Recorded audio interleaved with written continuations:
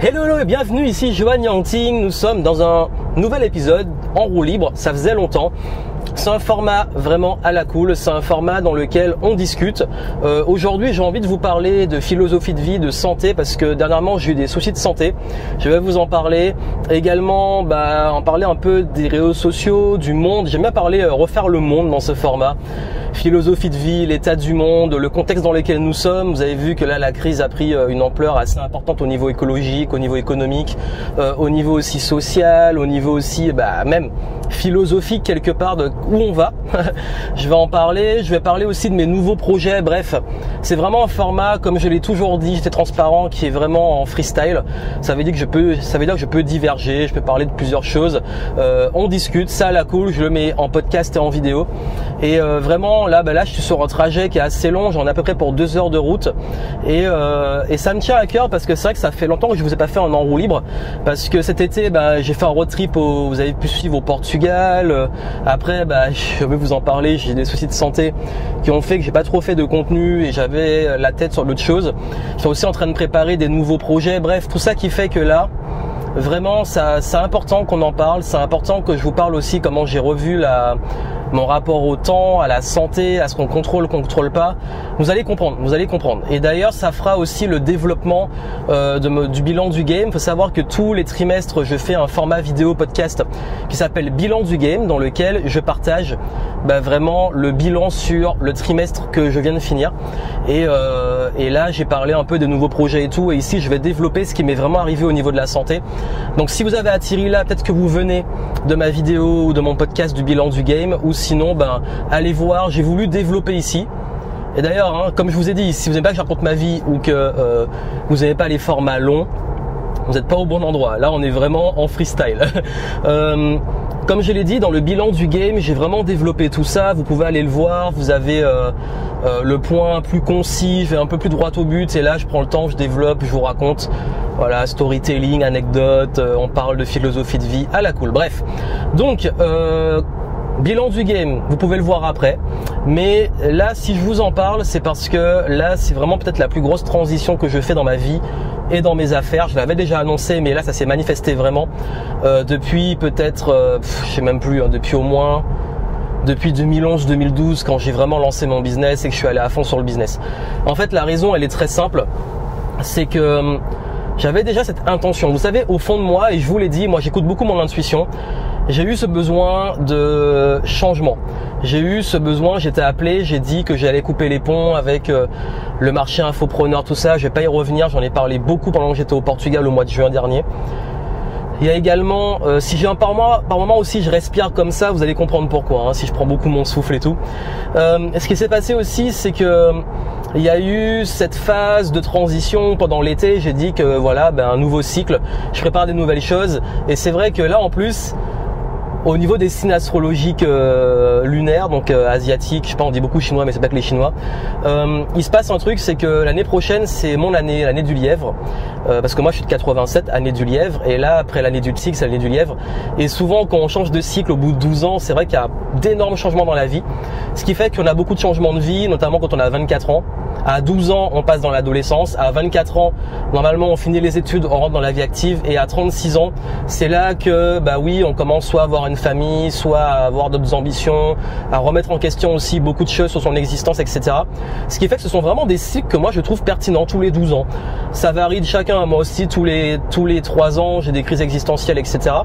Mais les gars, derrière moi, en train de me coller, j'ai presque envie d'ouvrir le coffre pour qu'ils rentrent, bref. Et ce qui fait que par rapport à ça, je vais me rabattre parce que j'aime pas qu'on me colle au cul. Oui, parce que je vais parler un peu aussi du civisme. Vous voyez, en fait, les gens, je sais pas ce qu'ils ont. Et c'est vrai que depuis que j'ai une Tesla, on dirait que les gens, ils sont un peu plus excités dans la conduite. Je sais pas pourquoi. Peut-être moi qui focalise plus. Et en fait, ce qui se passe, voilà, tout ça pour rester collé après de moi. Et ce qui se passe, en fait, c'est que je me suis rendu compte que dans ces cycles, ces grosses remises en question, elles m'ont amené souvent aussi à changer, même dans le business. Et le premier changement, c'est vrai qu'il a été, j'étais appelé au changement, j'étais appelé à vouloir changer. Ça s'est fait au niveau du business, parce que c'est ce que je vous parle de business et tout. Je raconte pas toute ma life sur les réseaux sociaux et sur mon contenu. je donne une part de vulnérabilité et aussi parce que ça me tient à cœur de partager mon expérience et toutes ces choses-là. Mais si je fais ça aussi, c'est parce que c'est pas que sur le plan business que là j'ai parlé de reset dans le dernier bilan du game du trimestre dernier. Là, le reset il s'est fait aussi au niveau physique. Ça veut dire que là, au niveau santé physique, j'ai presque tout. J'ai pas touché le fond totalement parce que je vais pas me plaindre. Il y a pire que moi. Voilà, je suis pas là pour me plaindre. Je suis pas là pour dire oui, j'aurais peut-être pu mourir si j'avais pas été pris en charge. Mais non, on va pas trop extrapoler. Je vais vous raconter mon souci de santé, mais c'est pas non plus. C'est impressionnant, ça fait flipper. C'est sur la respiration, c'est les poumons, c'est un organe vital, mais c'est pas non plus quelque chose qui. J'ai pas fini. J'ai été hospitalisé une semaine. Les chambres autour de moi, c'est des gens qui souffraient beaucoup plus, qui étaient là pour plusieurs mois, voire plusieurs années. Encore une fois, je me plains pas. Par contre, c'est vrai que ça fait réfléchir. Ça fait réfléchir. Je vous explique tout. En fait, cet été, comme je vous ai annoncé, mon intention première, c'était de préparer la suite, l'après Game Entrepreneur, ça veut dire l'évolution. J'appelais ça le Phoenix Project. Ça veut dire le projet où on passe à autre chose, c'est la renaissance, c'est le Phoenix.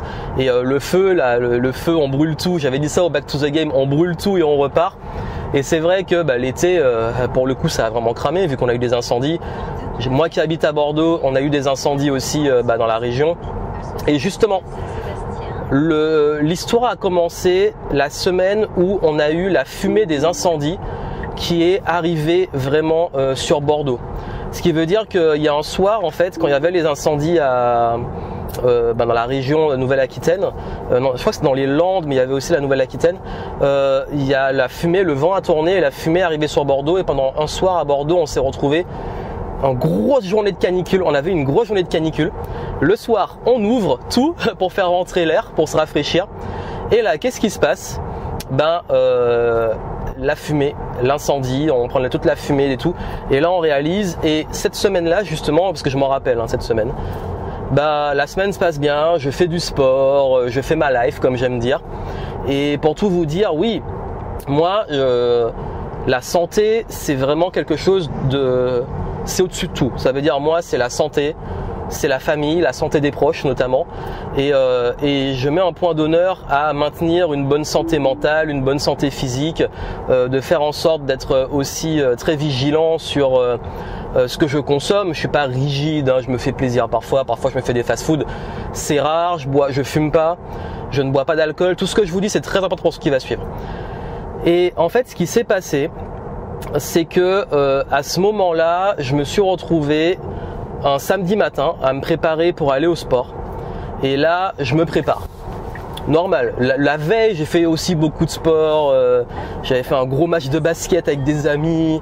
La semaine avant, j'avais tapé un foot. J'étais en pleine forme. J'avais retrouvé mon cardio. C'était l'été, il faisait chaud. Tous les jours, je sortais en vélo le matin. Parfois, j'allais courir. Franchement, je vous dis, à ce moment-là, j'étais au top niveau santé. Santé mentale, ça allait, préparer l'avenir. J'étais un petit peu, un peu stressé parce que je travaillais beaucoup, parce que moi je bosse l'été. Et c'était un moment où vraiment, je vous dis, tout allait bien, vraiment. Et il y a un truc qui s'est passé. À ce moment-là, je me prépare, je m'habille. Et au moment, pendant que je me prépare et que je m'habille, ce que je fais, c'est que hop, vigilance, voilà, hop, on se remet sur les rails et c'est reparti. Désolé, forcément, comme j'ai dit, c'est du freestyle et je conduis et il faut que je fasse attention. Il y a l'autopilote, mais bon, voilà, quand même, on reste vigilant. Ce qui s'est passé, c'est que j'étais vraiment, mais le matin, je me réveille, mais la routine normale. En plus, c'était un samedi. Je me suis dit, bon, samedi, il y a des gars sur le terrain de basket, on fait des matchs tous les week-ends, on se retrouve samedi, dimanche. Je me prépare, généralement j'y vais en vélo, j'arrive vers 10h, 11h. Et là, pendant que je me prépare, je fais mes trucs, mais je sais pas à quel moment, je me souviens pas vraiment à quel moment. Et puis d'un coup, j'ai une grosse douleur dans le dos. Mais vraiment dans le dos, dans les épaules, tout mon dos qui me fait super mal, qui irradie. Et là, je pense que j'ai dû faire un faux mouvement, ça peut arriver. J'ai envie de dire maintenant, ouais, avant je pouvais taper des sports sans échauffement, faire des trucs. Maintenant, je fais un faux mouvement, je suis coincé, j'ai mal, vous savez, dès qu'on a passé la trentaine, le corps c'est plus le même, malgré que je sois ultra actif. Et à ce moment-là, je me dis mince, c'est mort, mais vraiment en mode le sport c'est mort, bon tant pis, j'en rigole limite, c'est pas grave. Je prends rendez-vous chez l'ostéo parce que je me dis bon là j'ai quand même très mal. C'est comme si vraiment je m'étais bloqué le dos et tout le haut là, et côté droit, et du coup ben je commence vraiment à regarder les ostéos qui sont dispo, je trouve un rendez-vous et je prends le rendez-vous. Et à ce moment-là, je commence à avoir la douleur qui augmente, à me sentir un peu oppressé, à avoir du mal à respirer. Mais justement, quand on fait du sport, qu'on est très sportif, qu'on fait attention à la respiration et tout, c'est beaucoup plus fort. Ça veut dire que la respiration, on se sent tout de suite quand il y a un truc qui va pas. Et là, je me dis, bon, j'ai dû me coincer vraiment, j'ai dû me coincer le diaphragme ou le dos, je me suis bloqué le dos et du coup, ça impacte ma respiration. Au même moment, je continue tranquillement et je me dis, c'est pas grave. J'attends l'ostéo, je crois que j'ai pu avoir un rendez-vous vers 13h et à ce moment-là, il doit être 10h30, un truc comme ça. Et là, il y a un truc qui se passe, c'est que je commence à avoir le souffle de plus en plus court. Ça veut dire que j'ai de moins en moins de facilité à inspirer et expirer dans les deux sens. Je suis asthmatique, mais mon asthme, il est traité, il est bien géré, franchement, mon asthme aujourd'hui, c'est plus handicapant. Je fais beaucoup de sport, j'ai un souffle de sportif, malgré l'asthme, c'est plus du tout un handicap. Et là, il y a un truc qui se passe. Je me retrouve à avoir le souffle de plus en plus court. Et là, il y a une sorte de gros déclic. C'est le moment où je sens que ma cage thoracique, tout le haut de mon corps devient ultra lourd. Vous savez, c'est que ça me porte plus, je sens qu'il y a un problème, je suis coincé, j'arrive plus à respirer, j'étouffe. Mais pour moi, je suis toujours convaincu que je suis juste crispé. Je suis convaincu que j'ai juste mon dos qui est bloqué et voilà. Du coup, ce qui se passe, c'est que je commence à vraiment me sentir mal et sentir que je respire plus. Et à un stade où je me trouve ça inquiétant, je prends ma ventoline, mon Sérétide, les traitements pour l'asthme et je vois que ça fait rien. Mais en même temps, j'ai capté que c'était pas l'asthme parce que l'asthme, ça siffle. En plus, je fais pas de grosses crises qui m'empêchent vraiment de respirer comme ça. Ça fait des années que j'en ai pas fait. Et c'est à ce moment-là où je décide d'appeler donc le 15, le SAMU, pour leur dire que là j'ai un souci parce que j'ai commencé, en fait vous le savez, on sent quand il y a un truc qui va pas, j'ai senti que mon corps il y avait un truc qui allait pas, on le capte. Et je les ai eus, ils m'ont fait quelques tests et tout, et ils me disent si vous pouvez nous parler, c'est que ça va, machin.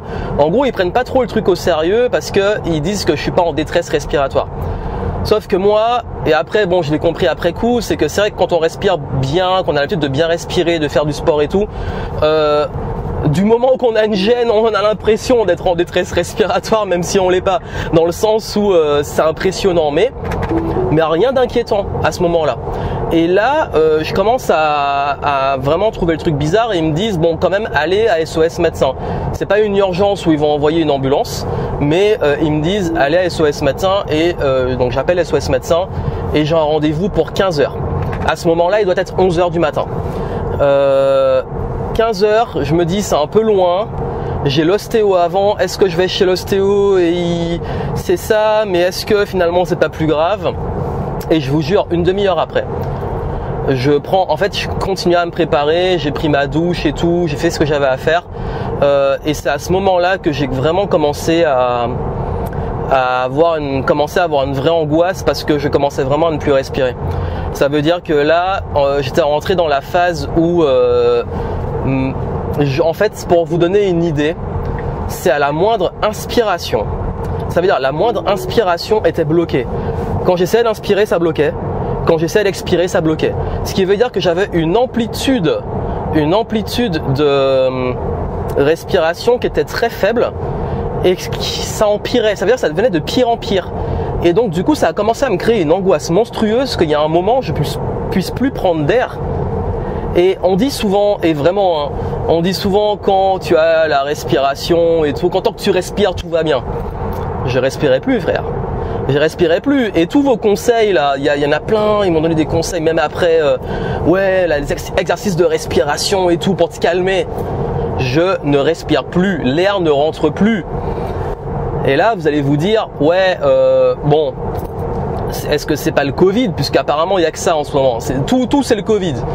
Non, je suis en pleine santé, j'ai pas de Covid, enfin à ce moment-là j'avais pas de Covid, et à un moment je me suis posé la question, mais est-ce que ça peut être un symptôme comme ça d'un coup, d'une heure à l'autre tu respires plus? Non, le Covid c'est pas ça quoi.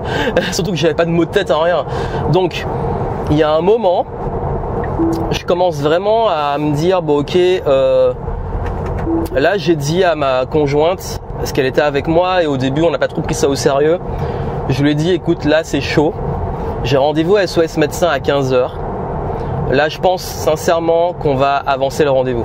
Ça veut dire qu'on va aller sur place, ça veut dire que là j'ai commandé un Uber parce qu'il voulait pas envoyer d'ambulance parce que j'étais pas encore en détresse respiratoire, mais j'étais pas, franchement à ce stade je commençais à pas être loin, mais j'ai dit bon, j'ai pas envie d'attendre une ambulance, j'ai pas envie d'être compté sur eux, on va SOS médecin, je prends Uber, il arrive tout de suite, on y est normalement en 10-15 minutes et au moins, au pire, je suis sur place. Ça veut dire que si là j'arrête de respirer, je tombe dans les pommes, au moins il y aura des médecins autour. Bah là, je me suis préparé, étant donné que psychologiquement, étant donné que je suis allé aux urgences, un truc qui n'a rien à voir et j'avais rien, c'était juste des tests par précaution au mois de février, j'ai pris mon sac. Ça veut dire que je me suis dit si je finis aux urgences, je prends mon sac avec chargeur, iPad, téléphone, tout pour m'occuper parce que je sais que l'attente va être longue. Kindle, la totale. Et j'ai bien fait d'ailleurs. Franchement, le Uber a été adorable, ça s'est bien passé, mais je vous avoue que dans le Uber, j'étais vraiment comme ça. Je bougeais pas, j'étais en train de respirer, mais forcément j'avais une respiration rapide parce que enfin, mon cœur commençait à palpiter et tout, et j'essayais de me calmer, mais c'était très dur. Et l'avantage, c'est que, ayant fait des crises d'asthme quand j'étais très petit, je sais que dans ce genre de situation, il faut rester calme, il faut essayer de respirer avec le ventre et tout, mais quand je vous dis que c'était bloqué, vous allez comprendre pourquoi, peu importe, j'aurais rien pu faire. Mais j'ai quand même essayé de gérer du mieux que je pouvais. On arrivait à SOS médecin et là en fait, vous savez, c'est psychologique. Une fois qu'on arrive sur place, on se lâche. Et mon mode survie, il est passé en mode c'est bon, je lâche, là je suis prêt à crever s'il faut, prenez-moi en charge. On est arrivé dans le truc. Là ma respiration j'ai commencé à vraiment pour le coup commencer à rentrer en détresse respiratoire et ma conjointe est tout de suite allée voir les médecins et a dit écoutez là il respire plus, on a rendez-vous à 15h, on sait que là il devait être midi ou 13h, je sais plus, franchement je sais plus, là il respire plus, faut le voir en fait, là c'est chaud. Et le médecin m'a vu, il a vu ma tête, il m'a dit écoutez venez tout de suite. Et franchement gros respect à lui et gros merci parce que il a été très rassurant, il était vraiment adorable, il a pas bégayé, il m'a pris en charge tout de suite, il a écouté mes poumons, il m'a demandé est-ce que vous avez le Covid, machin, les trucs classiques, non, tout va bien, j'étais en bonne santé. Et là il écoute un côté et il écoute l'autre côté et il me donne le verdict. Il me dit que votre poumon droit ne se remplit pas. J'entends pas le poumon droit. Et là, il m'a dit vous devez aller aux urgences. Faut savoir que là où j'étais, SOS médecin, c'était en face de l'hôpital Pellegrin, le plus gros, je sais plus maintenant, il y a des nouveaux hôpitaux, je sais plus, bref, l'un des plus gros de Bordeaux. Et du coup, il fallait juste limite traverser la rue, faire un petit tour, on est à l'hôpital Pellegrin. Sauf que moi, à ce stade-là, je pouvais plus marcher, je faisais 3 mètres à pied, j'étais essoufflé comme si j'avais couru un marathon, alors que je suis sportif. Et le médecin, il a dit, écoutez, là, j'appelle une ambulance, vous pouvez pas marcher, vous pouvez pas, j'appelle une ambulance, il m'a donné le verdict, mais je vais vous dire juste après parce qu'il fallait que ça soit confirmé, c'était pas encore sûr. Parce que les verdicts pouvaient être un peu différents, mais il était quasi sûr que c'était ça. Et donc du coup, les pompiers arrivent peut-être 10 minutes après, le temps que on appelle ma famille qui est en Martinique, qu'on les prévienne et tout, que là, bon, je respire plus et que j'ai peut-être ça et que je vais sûrement être hospitalisé, voire avoir une intervention. Et du coup, tout s'enchaîne, les pompiers arrivent, super. Ils me prennent, ils me mettent en mode fauteuil roulant parce que je pouvais plus marcher. Ils me font monter dans l'ambulance. La totale, je me retrouve dans l'ambulance.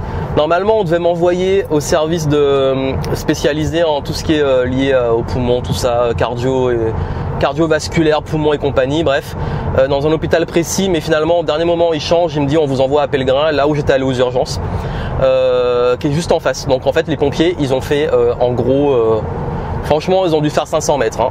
Après bon c'est un peu un labyrinthe, mais ils ont traversé la rue pour le coup. Et donc les pompiers, ils me déposent aux urgences, je suis sur un brancard, toujours du mal à respirer et tout, et là je suis un peu rassuré parce que je sais que je suis pris en charge. Et là tout s'enchaîne, hein. Je vais pas vous faire tous les détails mais tout s'enchaîne, on me fait rentrer, contrairement à l'autre fois où j'avais peut-être un soupçon d'un truc, on savait pas, je devais faire des tests, et là où j'étais en détresse respiratoire et il fallait me prendre en charge rapidement, je peux vous dire que j'ai pas attendu aux urgences, j'ai pas attendu, et ça c'était une bonne chose. On m'a fait rentrer direct, et direct radio des poumons, et là pour le coup le verdict est vraiment tombé. Ce que j'avais, ça s'appelle un pneumothorax. J'ai découvert, je savais pas que ça existait. Un pneumothorax, c'est un décollement de la plèvre du poumon et le poumon se décolle de la plèvre et du coup le poumon, il y a de l'air en fait entre, ça peut être de l'air ou de l'eau, moi c'était de l'air, c'était juste de l'air entre le poumon et la plèvre, ce qui fait que quand vous gonflez, le poumon se gonfle plus. Donc en gros c'est normal, je pouvais plus respirer, je pouvais faire ce que je voulais, je respirais avec un poumon. On m'a dit qu'on peut survivre avec un poumon, ok, bon ouais, mais bon, dans quel état j'étais, la survie, non merci. Et à ce moment-là, en fait, on m'a expliqué très calmement, vu comment c'était décollé, parce que c'était bien décollé, j'allais avoir une opération qui consiste à insérer un drain pour aspirer l'air. Et donc du coup qu'on va me passer un drain dans les côtes entre la plèvre et les poumons et ça va aspirer l'air et que je vais être hospitalisé plusieurs jours. Je suis pas au bout de mes peines, croyez-moi, ça s'est pas passé très vite, j'ai eu souci, mais je vous raconte. Je vais juste vous demander un truc, s'il vous plaît. Les coachs, les thérapeutes, je sais, je connais l'interprétation des maladies, des machins, nanana.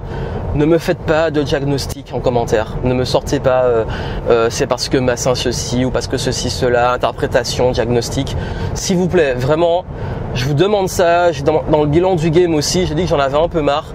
C'est bon, je suis bien entouré, médicalement, thérapeutiquement, énergétiquement, je connais les games, je sais, ça me regarde. Franchement, entre nous, ça me regarde. S'il vous plaît, soit on va vous bloquer, soit on va vous bloquer, et puis surtout, soit je vais arrêter de vouloir partager autre chose que juste du business avec vous si vous continuez. Dès qu'on a fait preuve de vulnérabilité, de raconter les soucis qu'on rencontre, de surfer dessus pour faire le diagnostic. Pas de coaching sauvage, pas de thérapie sauvage. Vous ne savez pas tout, vous n'avez pas tout. Voilà, c'est juste vraiment une parenthèse, je me permets ici parce que c'est saoulant, même sur Facebook c'est saoulant. Voilà, juste ça. On revient à nos moutons. Donc du coup, masque d'oxygène, la totale, on met le drain, ça se fait anesthésie, pas vraiment anesthésie locale, je crois, il me semble, hein, je suis pas, oui, anesthésie locale, avec on te shoot, on te donne des trucs, t'es shooté. C'est pas de la morphine, mais antidouleur et tout. On m'a même fait un peu d'hypnose, bref. Et du coup, l'opération s'est entre guillemets bien passée. C'est pas vraiment une opération, hein, c'est juste on vous met un drain et ça fait super mal. Et là, je me retrouve dans ma chambre d'hôpital.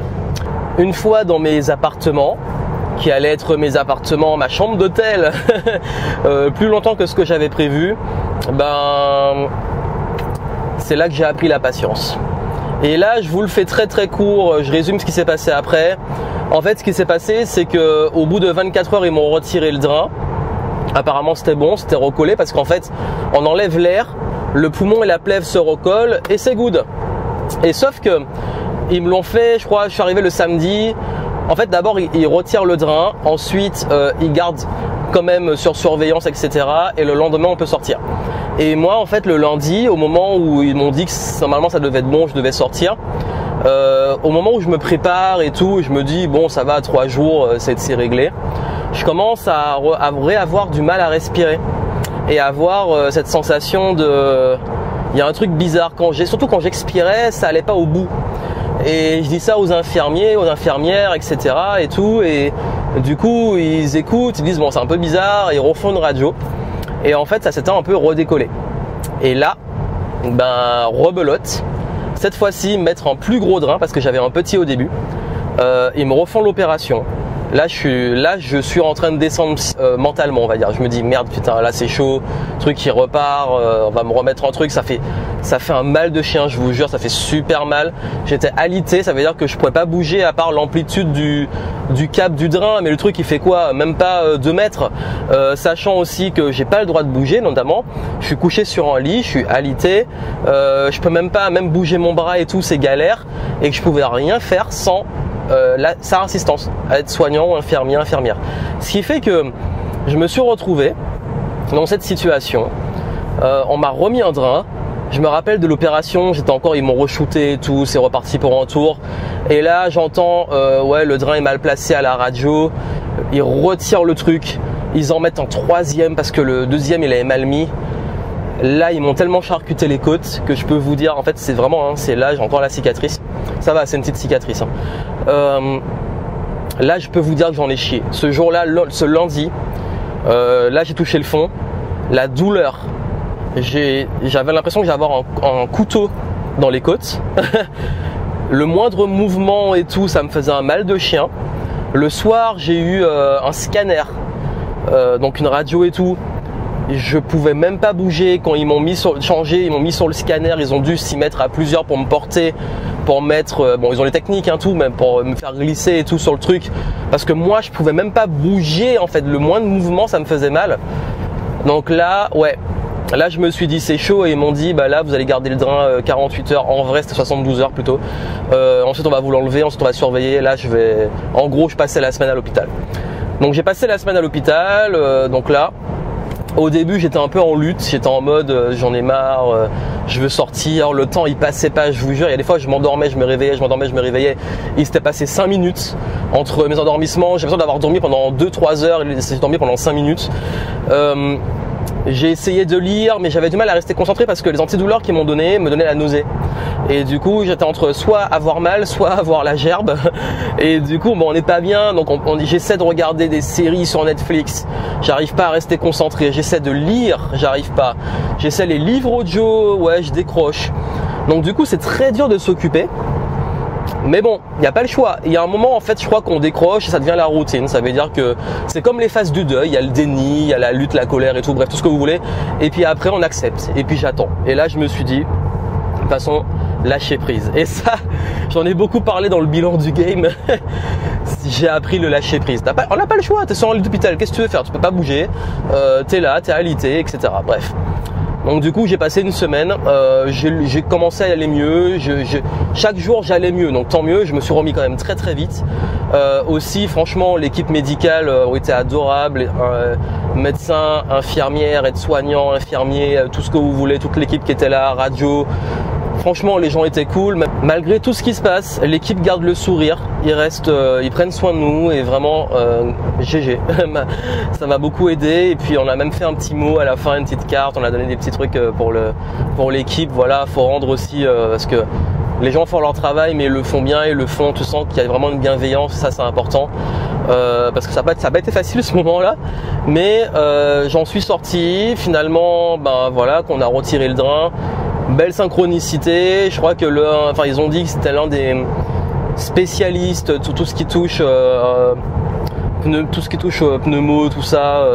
J'ai eu The Big Boss apparemment de la région, je sais plus, même de France je crois, enfin je sais plus parce que j'ai pas tous les souvenirs, mais le jour où on devait me retirer le drain, celui qui était là et celui qui l'a fait, c'était The Boss. Ça veut dire que lui, il connaît le game. Ça s'est senti, vous savez, les gens quand ils rentrent dans la pièce, il est venu voir dans la chambre, on sent que le gars il pèse quoi, il connaît son métier, il a de l'expérience, il m'a rassuré et tout. Et c'est lui qui l'a fait, donc il m'a retiré le drain. C'est horrible quand on retire, on a l'impression qu'on a arraché les tripes. Ça fait en plus on entend l'air, on entend le tch. Bref, je vous épargne les détails. Je vous ai épargné plein de détails, notamment quand ils ont remis, ça a un peu saigné, du coup il y avait un peu de liquide en plus de l'air, ça coulait dans le truc. Parce qu'en fait pendant toute la semaine, j'avais un drain, j'avais un tube dans les côtes, j'avais tous les câbles aussi, j'avais la perfusion.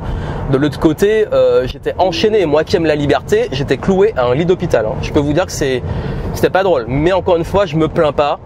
C'était un mauvais moment, c'est pas une pathologie qui est grave. c'est quelque chose qui se soigne. Moi, j'ai plus peur des complications. J'ai peur qu'on me dise bah, le truc il a perforé je sais pas quoi, ou ça s'est infecté machin. Les poumons c'est un organe vital, et moi qui fais du sport, moi qui fais de la conférence, qui vous parle, qui ai besoin voilà, là vous voyez que ça va mieux, mais j'ai encore des gènes, je vous en parlerai. Ce qui fait que bref, ça s'est bien passé, j'ai guéri. La sortie d'hôpital a été douloureuse, j'ai dû réapprendre à marcher pendant 2 jours parce que j'ai été alité une semaine. Ça suffit à ce que j'ai perdu 10 kilos je crois en tout ça. J'ai dû réapprendre à marcher, et la respiration, j'ai encore aujourd'hui des douleurs, mais ça va beaucoup mieux, j'ai repris le sport et tout. Mais pendant 1 mois, j'ai dû, pas d'avion, heureusement j'ai rien de prévu. J'ai pas pris l'avion de toute l'année 2022. Hein. Je viens de me rendre compte, c'est la première année depuis 2005 où je prends pas l'avion. J'ai pas le droit de faire la plongée, c'est mort. Bon, c'est pas une activité que je fais souvent. Enfin, bref, il y a plein de contre-indications. Vous vous demandez sûrement c'est quoi justement les causes, qu'est-ce qui a fait que j'ai fait un pneumothorax. Il faut savoir que le pneumothorax, il y a une forme spontanée, puis l'autre où ça peut être accidentel, quand on se prend un coup, on a un accident de voiture ou autre. Dans mon cas, c'était un spontané. Je ne sais pas, parce que normalement ça arrive aux fumeurs, aux personnes qui sont grandes et fines. Ça arrive majoritairement aux hommes. En fait, le seul critère que je coche dans toutes les listes des pneumothorax, c'est l'âge, sachant aussi que j'ai une condition physique, dans les tests, j'ai une condition physique de plus jeune que ce que je suis, bah, tant mieux, j'ai envie de dire. Donc ça arrive quand on est jeune. Et ça arrive quand on est très grand et très fin. Moi, je suis pas du tout grand. Je suis pas fin non plus. Et ça peut avoir aussi qu'on a eu des pathologies comme l'asthme et tout, c'est mon cas. Mais quand ils ont fait le scanner, mes poumons n'avaient pas de perforation qui aurait expliqué le truc. Bref, on ne sait pas. Les explications métaphysiques ou autres, éventuellement. Moi, je me suis fait mon explication personnelle, tout ça. La question, c'est pas, en fait, ça apprend à lâcher prise sur pourquoi c'est arrivé. Encore, s'il vous plaît, les coachs, calmez-vous. Ouais, c'est arrivé parce que si ça, machin, s'il vous plaît, calmez-vous. Non, ça me regarde. Je partage avec vous plutôt l'expérience et la philosophie derrière. Ce qui se passe derrière, c'est que moi, je me dis, ok, mon plus grand défaut depuis des années, ça a été la respiration. Ça m'a appris et me forcer à mieux réapprendre à respirer, parce que j'ai passé tout le mois d'août à réapprendre à respirer, à faire de la rééducation personnelle, et aussi anecdote, vous allez rigoler parce que là j'ai bien enchaîné. 30 jours après ma sortie d'hôpital, 30 jours de galère au niveau respiratoire et de psychotage, parce que j'ai psychoté. Je sais pas si on dit psychotage, bref. J'ai psychoté parce que en fait ça peut revenir. Le pneumothorax, quand c'est une première fois, ils aspirent l'air, ça se recolle, le corps fait le travail. Ok, tant mieux, le corps fait ce qu'il faut. Sauf que ça peut revenir. Il y a une chance, je crois, il y a entre 20 et 30% de chances que si on en a fait un, ça revienne. Généralement, ça récidive surtout chez les fumeurs. Moi, je suis pas fumeur du tout, comme je vous ai dit.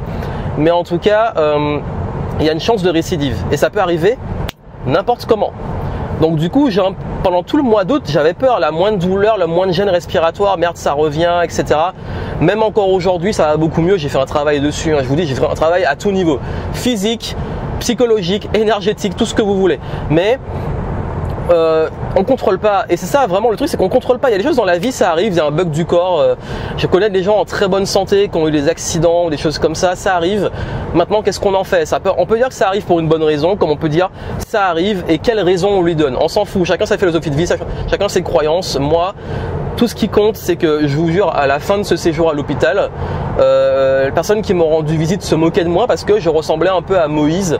J'avais ma perfusion, j'avais mon truc d'hôpital là qui est trop moche, et je ressemblais à un gourou avec son bâton qui était en mode philosophe, l'importance de la vie, le lâcher prise. On se rend compte dans ces moments-là à quel point des choses ont moins d'importance, que ce qui compte c'est je vous ai fait la totale à ce moment-là. J'étais en mode philosophe, gourou. J'étais pas loin de lancer une secte à la sortie d'hôpital. Mais non, je me suis calmé, j'ai fait un travail sur moi tout le mois d'août. Et au moment où je reprends le sport, kiné, reprise du sport, 2 jours après, je chope le Covid. Et bang. Franchement, au début j'ai rigolé, j'ai dit putain mais c'est pas possible. J'ai eu peur pour ma respiration, j'ai eu peur pour mes poumons, j'ai eu un problème respiratoire. 30 jours après, je chope le Covid. Et pendant cette période, j'ai fait super attention parce qu'en fait, c'était une période où forcément j'ai eu un problème un pneumothorax. On peut avoir pneumonie, pneumothorax, tous les trucs comme ça après le Covid ou pendant le Covid. Parce qu'en fait, à force de tousser ou l'infection et tout peut provoquer un pneumothorax. Et là, j'ai dit merde, mais si je me mets à tousser, si le truc se redécolle, le Covid il va m'achever en fait. Bon, je vous rassure, j'ai eu un Covid qui était une grosse grippe, j'ai eu 2 jours de pic très malade. Franchement, il y a un moment où j'avais genre 38,5 de fièvre, j'étais avec mon équipe en Zoom, ça allait. Il y a un soir, c'est monté à 40, juste à un moment. Mais mon corps a fait le travail, je fais confiance à mon corps pour ça. Et il a fait le travail. Par contre, j'étais très congestionné, j'ai eu beaucoup de mucus, tout ça, qui m'a fait un peu la toux grasse d'après Covid, qui a été. En fait, en vrai, c'est plus ça qui a été relou que le Covid lui-même. J'ai eu peur. Parce qu'au début, je sentais que mes poumons me brûlaient un peu, j'avais peur que ça, voilà. Mais franchement, en 4 jours, ça allait mieux. Une dizaine de jours après, de se remettre, fatigue et tout, j'étais au taquet. Mais voilà, c'est vrai que j'ai enchaîné au niveau de la santé et dans le bilan du game, je partageais les leçons. Mais c'est vrai qu'on se rend compte qu'on a beau faire dans la vie tout ce qu'on veut, hygiène de vie, tout ce que vous voulez. On contrôle pas tout, mon corps il m'a donné un signe, peut-être qu'il y a toutes les raisons que j'ai étudiées, croyez-moi j'ai fait que ça pendant le mois d'août, mais derrière ce que je retiens c'est que oui, d'écouter son corps certes, bon il m'a pas donné de signe avant que j'ai ça, mais dans le sens après j'ai appris à ralentir, j'ai appris à lâcher prise, j'ai appris à me reconnecter à l'essentiel et ça a joué dans mon intention de changement dont j'ai parlé au début. Je peux vous dire qu'après tout ça, ouais, le changement, il n'y avait plus de doute. Refonte de mon business. Heureusement, pendant que j'étais en convalescence, mon équipe a bien géré, ça c'était cool. Je peux travailler sur la partie plus créative, j'en avais besoin de créer. Je travaille sur une nouvelle méthode, je vous en parlerai à la fin, j'en ai parlé dans le bilan du game. J'évite de répéter tout ce qu'il y a dans le bilan du game ici, que ça fera 2 contenus différents où je parle de choses différentes. Et la philosophie derrière, c'est que c'est vrai que nous sommes dans un contexte, je vais faire la transition où quand j'étais à l'hôpital, j'étais pas du tout sur les réseaux sociaux. Même ça m'aurait fait mal de voir des gens qui sont en vacances et tout pendant que moi je suis à l'hôpital. Même si je suis pas du genre à me comparer et même si en vrai je m'en fous, je suis content quand tous mes proches, je vais pas leur souhaiter d'être à ma place bien entendu ou que parce que je suis là ils profitent pas. Mais plus dans la philosophie, bon, concentre-toi sur ta convalescence, reprends-toi, prends soin de toi. Et c'est vrai que ça m'a beaucoup aidé et j'ai réappris à respirer. Je suis tombé sur les bonnes personnes au niveau médical, l'infirmier qui est venu m'enlever chez moi les fils parce que j'ai eu des points de suture au niveau de là où il y avait le trou. Très gentil, un monsieur très gentil, il m'a parlé de philosophie de vie, de respiration ventrale et tout. Mon médecin est vraiment axé aussi médecine traditionnelle et aussi alternative et j'ai fait un peu d'acupuncture, j'ai fait un peu de médecine chinoise, j'ai fait un travail énergétique, bref, j'ai vraiment voulu me remettre en mode je touche un peu à tout sans m'y attacher parce que je fais confiance aussi au process et surtout dans ma vision de la vie. Je me suis rendu compte qu'on se prend beaucoup la tête sur des choses qui comptent pas. Je me suis rendu compte que on se met beaucoup la pression. Moi aussi, franchement, même il y a presque une symbolique. Les pneumothorax, c'est l'air. La pression, c'est l'air. Pression, les pneus. Bref, en plus, avant, j'avais mon vélo qui crevait. On pourrait faire des symboliques, des synchronicités, ou alors il y en a pas. Et bref, encore une fois, j'en ai parlé beaucoup dans d'autres vidéos. Je vais pas y revenir. Moi, je suis pas en mode il y a une raison spécifique où il y a c'est parce que ceci, cela. Je suis en mode je suis ouvert, c'est arrivé, ça m'a donné une bonne leçon, vraiment une bonne leçon. Maintenant, je vis un peu plus de façon consciente et présente. Ça veut dire que je suis plus présent, ça c'est une bonne chose. Je suis plus dans l'instant présent. Quand j'ai eu mon pneumothorax à l'hôpital avec ma conjointe, on a fait des petits jeux de société, on était là, on a profité du moment. C'était dur, je vous cache pas. Encore une fois, je me plains pas. J'ai vu des gens dans un pire état. Quand je suis parti, ils étaient encore là. Là, je suis en bonne santé, j'ai un peu mal, je me remets, je repris le sport. Je pense que d'ici quelques semaines ça ira mieux. Si ça revient, je pense que je vais guérir. Ou alors je guérirai pas et là la vie il y a des choses qu'on ne contrôle pas. Bref, il y a aussi à ce moment-là quand je respirais plus, j'étais prêt franchement je vous jure, j'étais prêt à mourir. Il y a un moment où j'étais prêt en fait, j'étais en mode lâcher prise, j'étais prêt à me dire ok, si je dois partir, je pars. Et j'étais en paix en fait. Et ça c'est impressionnant, c'est que j'étais arrivé à un stade, c'est que je m'accroche à la vie, à ma respiration. Et d'ailleurs c'est horrible parce qu'on vous dit pour ne pas angoisser, pour vous détendre et tout, il faut respirer, sauf que là, je pouvais pas respirer normalement. Pendant 1 mois et demi, je pouvais pas respirer normalement, et même encore aujourd'hui, je peux avoir des gènes et je dois faire un travail encore dessus. Mais la bonne nouvelle, c'est que pour moi, c'est une opportunité de me réapproprier mon corps, ma respiration, d'être plus doux aussi, de moins me mettre la pression, parce que je suis quelqu'un qui se met beaucoup la pression, j'aime bien, je suis un peu une machine, ça m'a un peu calmé. Mais je sais aussi qu'il y a des moments où il faut y aller, il y a des moments où il faut être plus chill. En termes de gestion du temps, ça m'a aussi beaucoup changé, ça veut dire que là, je me projette plus très loin, j'ai une vision très très lointaine, ça c'est certes, certes j'ai une vision, un idéal que je poursuis, et dans la nouvelle méthode que je développe, je parle de ça, c'est que je suis pas en mode dans 10 ans on va être là, on va avoir accompli ça, la bucket list. Bucket list, j'ai accompli beaucoup de choses dans ma vie, j'ai réalisé tout ce que je voulais réaliser, c'est pour ça que j'étais prêt à partir quelque part. Mais aujourd'hui, je suis plus dans l'incarnation, ça veut dire dans quelle intention je mets dans mon quotidien, la qualité de vie, aussi à quel point je kiffe ce que je fais. Et je suis pas à poursuivre vraiment une vision, mais plus des valeurs et un idéal. Ça veut dire que je cherche pas à atteindre un objectif, je cherche à dans mon quotidien, incarner des valeurs, un idéal, et dans mon business, transmettre ça à mes clients. Et quand j'ai annoncé que je faisais un gros chiffre dans mon business, un gros pivot, c'est parce qu'aujourd'hui, la nouvelle méthode que je développe et ce que j'ai envie d'apporter aux entrepreneurs que je vais accompagner, c'est ça. C'est pas justement d'avoir une philosophie beaucoup plus holistique. Je vous en parlerai après, je vais pas trop tout vous dire maintenant, mais la méthode que je développe, elle va avoir plusieurs piliers. Je peux vous teaser des piliers qui sont liés non seulement à la notion de liberté à différents niveaux, pas que financière, être soi, relationnel, le sens, etc. Mais il y aura aussi tout ce qui va toucher à l'excellence, tout ce qui va toucher à l'effet levier, les process, la structure, mais aligné à votre business, mais aussi ce que j'appelle mon écosystème, ça veut dire jouer le long terme. Et moi, je joue sur le long terme. Ça veut dire qu'aujourd'hui, je suis plus dans je veux une destination dans 10 ans. Moi, je veux qu'un truc qui me dépasse, ma vision, elle me dépasse. Ce que je fais aujourd'hui, comment j'ai envie d'impacter, ça dépasse ma propre vie, mon propre business, ma propre existence. Ça veut dire que si je meurs, mes idées, je veux pas qu'elles meurent. Et les gens que j'ai accompagnés, je veux qu'ils continuent aussi à transmettre ce que j'ai transmis. Bref, c'est vraiment ma philosophie aujourd'hui. C'est que pour moi, dans la vie, on a différentes phases. J'en parle souvent. C'est ok d'avoir des phases dans la vie où quand j'étais jeune, dans la vingtaine, j'ai lancé mon business dans la vingtaine. Oui, j'étais ambitieux, où j'avais l'énergie, la santé, j'avais tout. Et là, je pouvais charbonner. Et là, j'ai fait des trucs que j'aurais jamais pu faire maintenant. Mais maintenant, aujourd'hui, je vais utiliser l'effet levier. Je vais peut-être plus aussi avoir l'expérience, le recul, plus aussi m'entourer de talents. Dans la méthode, il y aura partie aussi sur l'entourage, ça veut dire le réseau, etc. Donc vous voyez, tout ça, c'est pour vous dire que aujourd'hui, c'est vrai que je me rends compte que toutes ces leçons-là sont des leçons qui ramènent toujours à une philosophie que je défends depuis le début, c'est le game. C'est le game. Parfois, tu joues pour gagner, mais tu es prêt à perdre. Cet été, le game, j'étais blessé, j'ai pas pu jouer, j'étais blessé, ok, cool, quel game j'ai joué cet été? J'ai joué le game de t'es tombé, et c'est ça que c'est infini, hein. T'es tombé, maintenant tu te relèves et tu continues. Ça c'est fondamental, ça veut dire que moi ça m'intéresse pas les gens qui réussissent vite, les gens qui te parlent de ouais moi je suis atteint tel truc. Ma question c'est quand tu te casses la gueule, quand tout va mal, t'en es où après?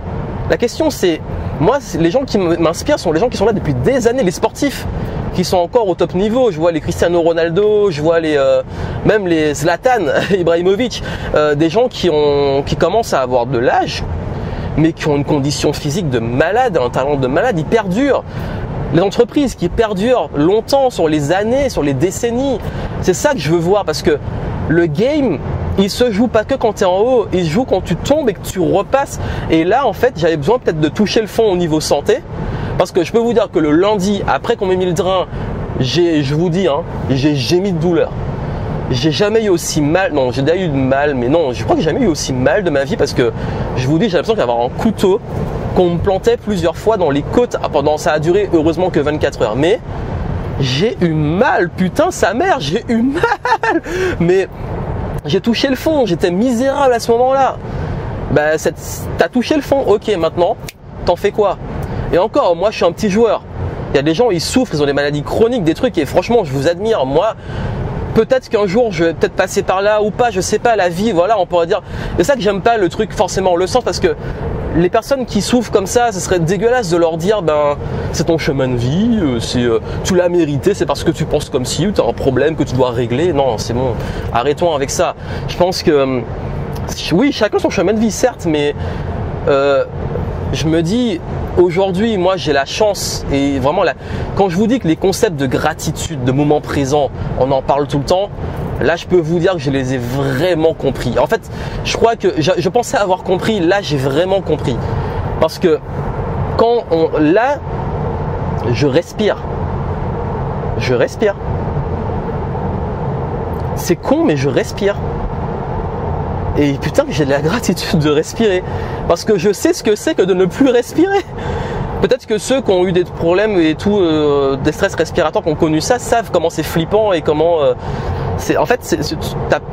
on a besoin de quoi pour vivre? Respirer, boire, manger. Respirer, je crois qu'on peut pas tenir plus de 3 minutes sans respirer. 3 minutes encore, on est en réanimation. Hein. D'ailleurs, j'ai fait un séjour en réa. Hein. 3 jours sans boire, 3 semaines sans manger ou un petit peu plus, je crois. Mais c'est les moyennes, on va dire la règle des 3 minutes sans respirer. Déjà 30 secondes sans respirer, c'est chaud. 3 minutes. J'étais pas à ce stade-là, mais en fait, je vous dis que on se rend compte de l'importance des choses. On se rend compte à quel point dans la vie, on se rend pas compte de la chance qu'on a. Et moi, je m'en rendais compte déjà de la chance que j'avais, mais là, c'est passé à un autre niveau. Ce qui veut dire qu'aujourd'hui, je peux pas me permettre de me plaindre et de me dire je fais rien de ma vie. Je mets pas non plus la pression, hein. Comme t'es bien, tu dois faire des trucs dans ta vie. Chacun fait ce qu'il veut. Mais moi, ce que je me dis à ce stade-là, c'est qu'aujourd'hui, j'ai la chance de retrouver la santé après un gros mou. Bah, je peux dire cette chance, je vais bien l'exploiter à fond. J'arrive à un péage, excusez-moi. Hop, hop, on est presque du direct. Et là, c'est reparti, les sorties de péage avec la Tesla. Le 0 à 100 express, c'est mon gros kiff. Allez, donc je disais, ouais, cette chance que j'ai, voilà, de vivre. Ah, ça fait du bien, là je suis sur la route, je descends au Pays Basque. On se rend pas compte de la chance qu'on a, surtout là, vous voyez en ce moment il y a beaucoup de négativité, beaucoup de gens qui râlent, certains à raison ou à tort, mais on s'en fout, je suis pas là pour vous juger de ce que vous avez le droit de râler ou pas. Même moi aussi je râle de l'incivilité, mais il y a un moment en fait, arrêtons en fait aussi, parce que même moi j'essaie de me recadrer, je suis loin d'être parfait, je vous dis je suis pas là pour donner des leçons, faut pas râler et tout, je suis le premier à me plaindre, à gueuler sur les gens, à traiter les gens de kéké quand ils font nimp sur la route. Ça se trouve, moi le fait de faire mon 0 à 100 sortie de péage, on va m'insulter aussi, bref, mais non, ce que je vous dis c'est que dans la vie pour moi, en ce moment c'est vrai que on a vécu des années difficiles. Chacun je pense, a eu ses moments. Moi, franchement, c'est 2022. 2021, ça a été dur un peu. Mais 2022, je vous jure, cette année, elle m'a foutu des grosses claques, des grosses balayettes. Et je me rends compte que le game, là, je tombe, je continue. Et je vous dis, franchement, en ce moment, je suis tombé sur la santé. Je suis tombé sur d'autres trucs. J'ai eu aussi des échecs un peu plus en coulisses et tout, c'est normal. J'ai eu aussi des problèmes personnels. Bon, c'est pas non plus la fin. J'ai pas eu des trucs graves. Et c'est ça, à part la santé où ça aurait pu être grave.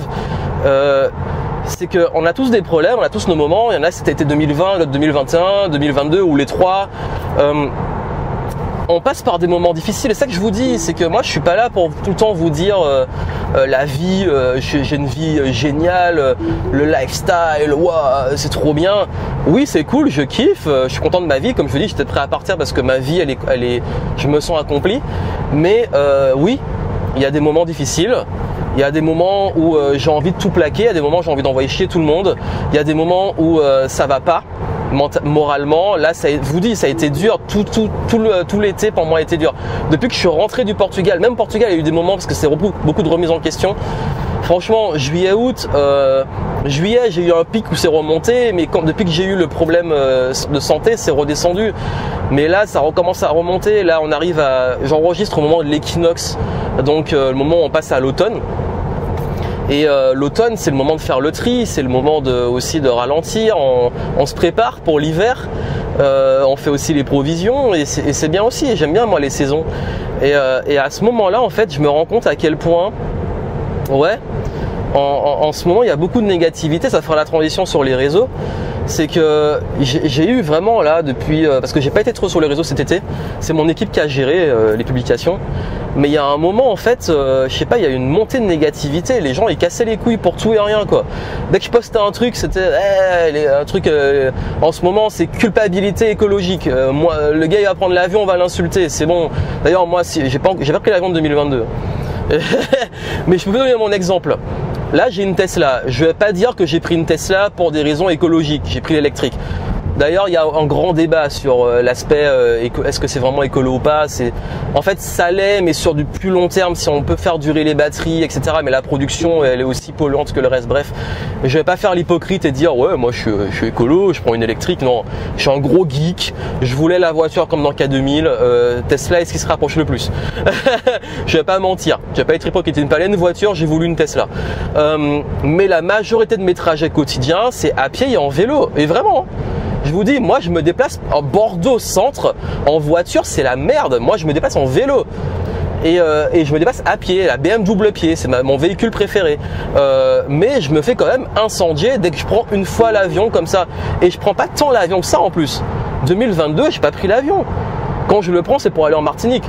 Est-ce que je vais aller en Martinique il y a le lac du char à voile. Encore une fois, il y a de la nuance. Oui, il y a beaucoup d'abus. Il y a beaucoup d'abus au niveau écolo. Mais personne n'est parfait, je suis pas parfait, je fais de mon mieux, je contribue, j'essaie de faire attention. Si je vais prendre l'avion, je vais essayer de compenser sur autre chose, mais on peut pas faire culpabiliser les gens comme ça. Dès qu'il va prendre du plastique, le mec on va l'insulter, dès qu'il prend l'avion on va l'insulter, mais foutez la paix aux gens en fait. De même, en ce moment, je sais pas, le moindre truc c'est une polémique. Le moindre truc c'est une polémique. Alors je suis vraiment sincèrement désolé, en fait j'ai plus de batterie sur le DJI que j'utilisais pour filmer. D'ailleurs il a beaucoup coupé sur le trajet par rapport au fait qu'il chauffait. Je vais mettre la clim à fond orientée sur lui. Bref, je crois qu'il y a un gros problème aujourd'hui.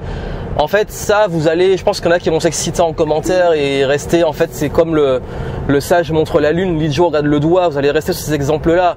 Vous êtes libre d'avoir un avis et moi j'ai aucun problème avec le fait d'avoir un avis, mais en fait le problème moi c'est la virulence. Le problème moi c'est l'agressivité. Le problème moi c'est à quel point en fait aujourd'hui les réseaux sociaux c'est j'ai raison, t'as tort, c'est la guerre, on veut imposer une opinion, on veut toujours donner un avis. Et aujourd'hui les gens ils sont trop habitués à tout le temps pour tout donner un avis, pour tout et rien. Et c'est un vrai problème parce que il y a des fois où c'est bien de pas exprimer forcément un avis. Puis moi, même moi par exemple, j'ai pas que ça à faire d'aller tout le temps donner un avis sur ce qui se passe et tout.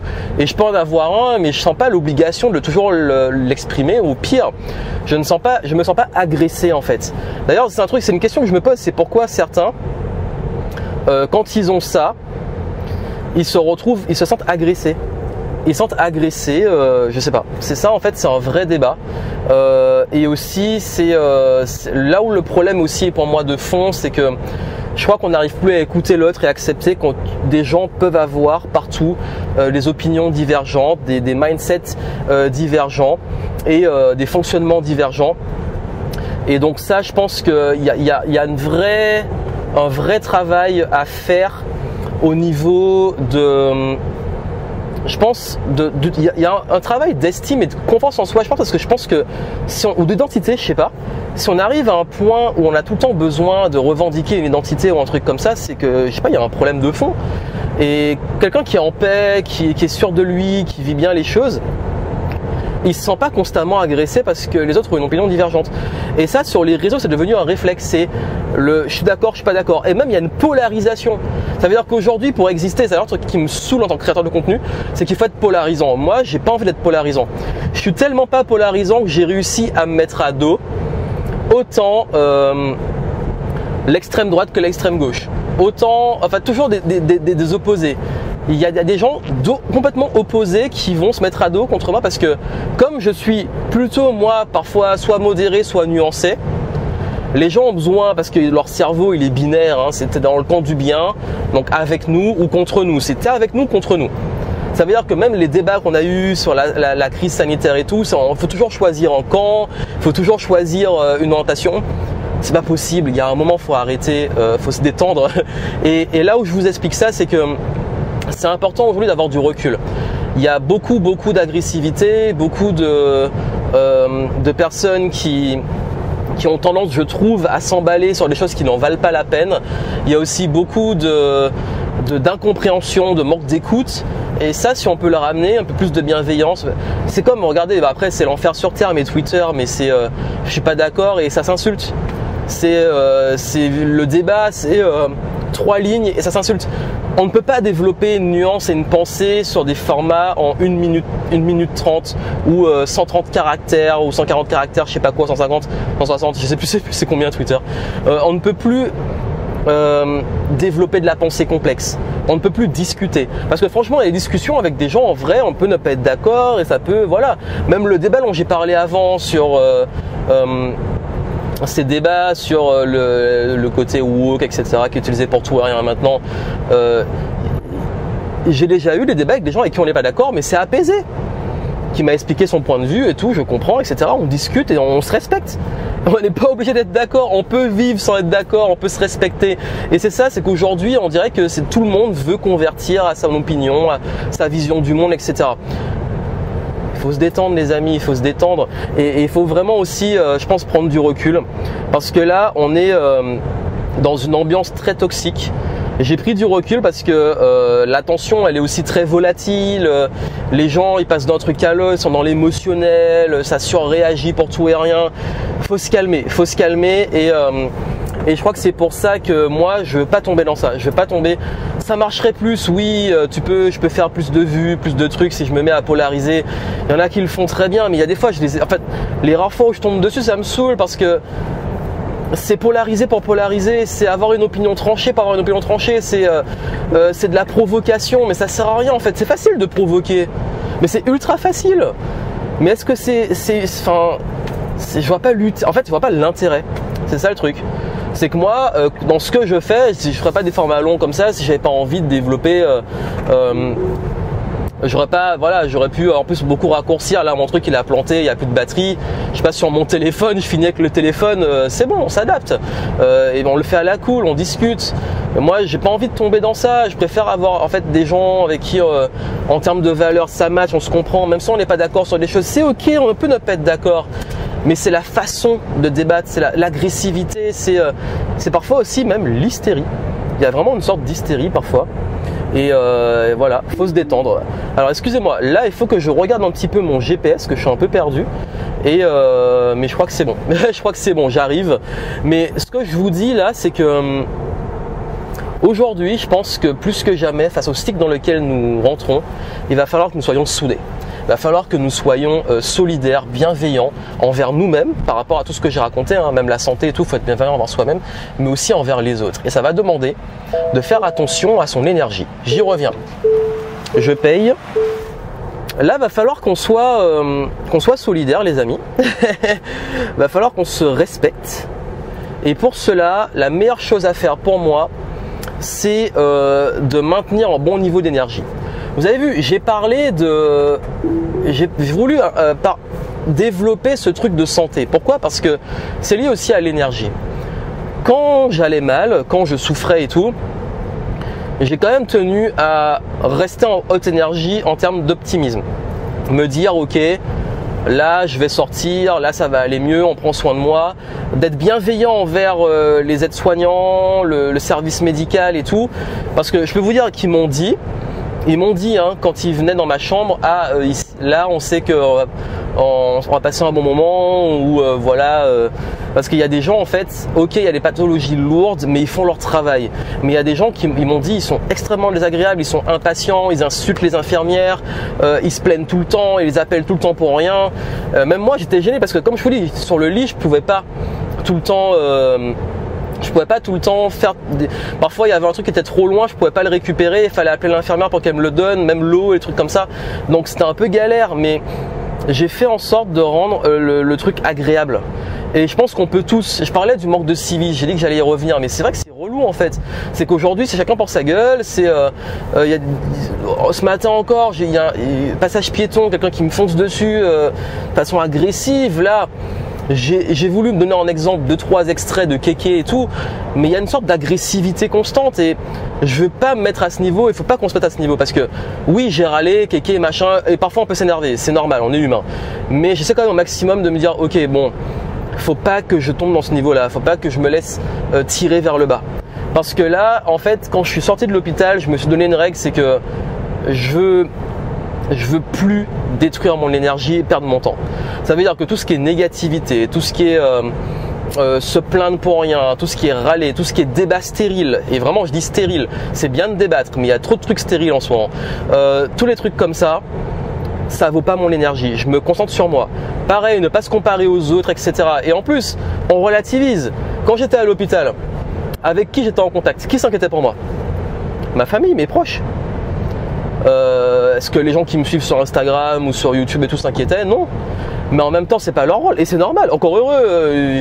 Non seulement j'en ai pas beaucoup parlé, mais en plus, même moi, est-ce que je m'inquiète de la santé de tous les gens que je suis sur les réseaux ou même de tous mes amis? Il y en a dont je suis pas au courant de ce qui leur arrive. Je prends des news de temps en temps, mais c'est sûr qu'on a un cercle. Mais ce cercle-là, parfois, on perd de vue son importance parce qu'on a tendance à se disperser. Et je pense que là aujourd'hui on peut tous se recentrer sur l'essentiel et il n'y a rien d'égoïste. C'est-à-dire que l'essentiel c'est comment j'ai envie de contribuer, qu'est-ce que j'ai envie de créer. Je suis en train de développer une nouvelle méthode, j'en parle dans le bilan du game, allez voir. Et tout ça en fait qui fait que quand on est concentré sur des choses constructives avec nos talents, on contribue au monde autour de nous. Il y a des trucs sur lesquels je suis mauvais. Je ne vais pas contribuer au monde sur ça parce que je suis pas bon, je suis pas fait pour ça. D'autres le font très bien et le font. Tant mieux, faites-le. Chacun a une place, un talent, un rôle, une mission sur Terre. Si c'est encore en vie que vous respirez, j'y reviens, c'est que vous avez encore une mission à accomplir. Moi, je suis sorti de là et j'ai encore ma mission. Si ça s'arrête, ça s'arrête. Voilà, on ne contrôle pas la vie. Mais tant que je suis bien, je vais profiter pour créer des choses et me concentrer sur du constructif. C'est pas que du positif. Vous avez vu, il y a de tout dans la vie. Il y a des choses difficiles, des agréables, des choses agréables, mais on reste constructif. Qu'est-ce qu'on en fait? Et là, ça m'a vraiment permis, et c'est le message de En roue libre, je vais arriver vers la fin, c'est qu'aujourd'hui, je pense qu'avec tout le bordel qu'il y a, la montée de la négativité, toutes ces choses-là, je pense qu'il faut que nous revenions sur l'essence même, intention d'amour, de choses constructives, de choses de faire du bien aux autres, d'être bienveillant. On peut tous être bienveillants. Il y a des connards partout, il y a des gens qui se comportent surtout comme des connards. Il y a pas de on peut pas, voilà, bref, comportement versus identité, on s'en fout.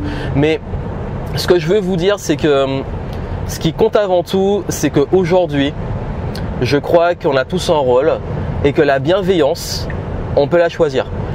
Même s'il y a des gens qui nous mettent des bâtons dans les roues, même s'il y a beaucoup de négativité, on peut choisir aujourd'hui d'être bienveillant. On peut choisir aujourd'hui de se concentrer où on met notre attention. On peut choisir aujourd'hui de ce qu'on va faire. Donc on peut décider de mettre l'attention sur le fait de toujours critiquer les autres, les juger, les faire culpabiliser sur l'écologie, sur l'économie, sur tout ce que vous voulez, sur la santé. Voilà, c'est à la mode en ce moment. Culpabiliser les gens, envoyer des petits coups de moraline, faire sa morale. Où on peut se dire non, comment j'arrête de juger, comment je m'occupe aussi de mes affaires, comment je prends soin de moi, de ce que j'aime parce que c'est le plus important, comment je construis des projets qui comptent. Et je pense que là on est beaucoup plus sur du constructif. Donc c'est vraiment le message que je veux vous donner. Voilà, c'était du En roue libre. Moi j'arrive. J'ai pas tardé à arriver.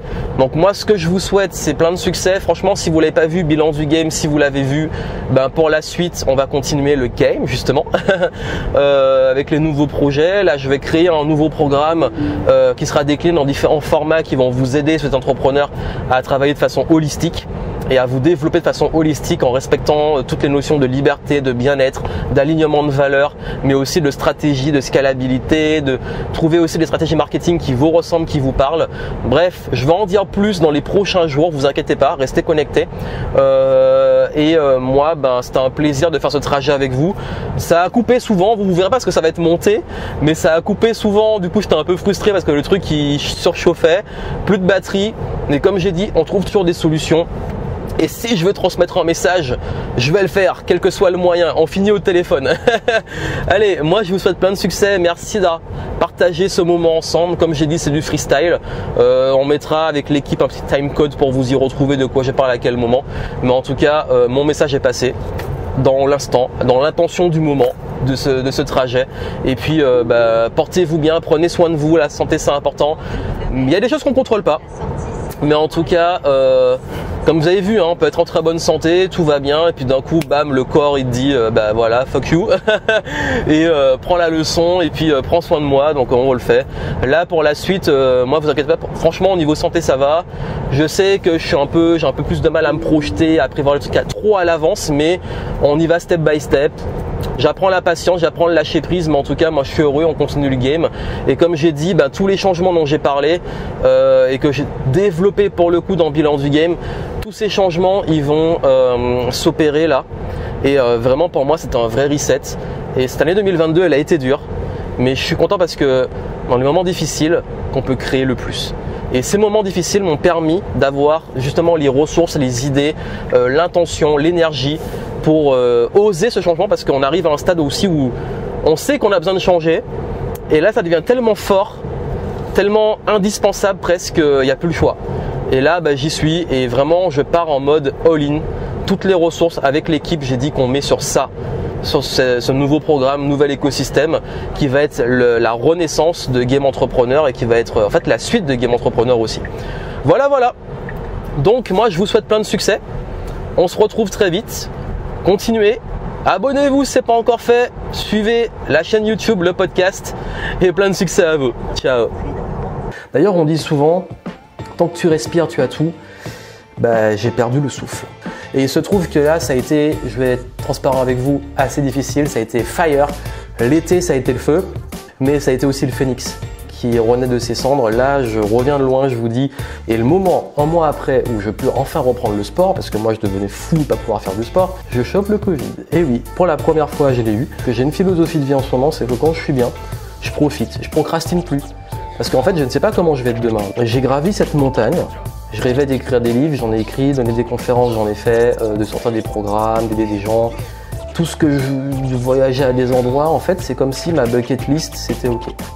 Aujourd'hui que j'ai accompli tout ce que je voulais accomplir les dernières années, et vraiment, tout ce que je voulais accomplir, je l'ai fait, je suis arrivé à un stade où je me dis, maintenant je fais quoi? Je peux pas m'ennuyer, je peux pas parler de game si je m'amuse pas en fait. Et là, vraiment, tout l'été, ça a été mon truc, c'est ok, maintenant où je vais? Ok, maintenant qu'est-ce que je crée? Ok, qu'est-ce qui me ferait kiffer là? Vers quoi on va aller? Et c'est là que j'ai pris la décision dont je vais vous parler.